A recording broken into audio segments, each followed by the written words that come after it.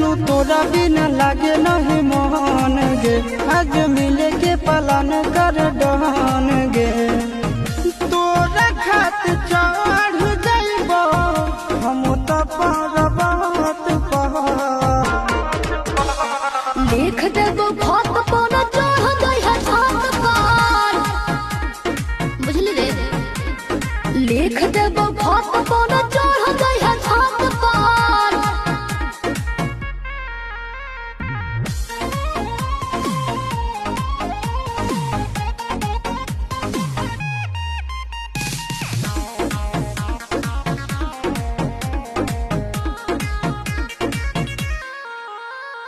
जब कहबी तब अबो जानू तोरो घर गे, तोरा खातिर जइबो हम हद से गुजर गे।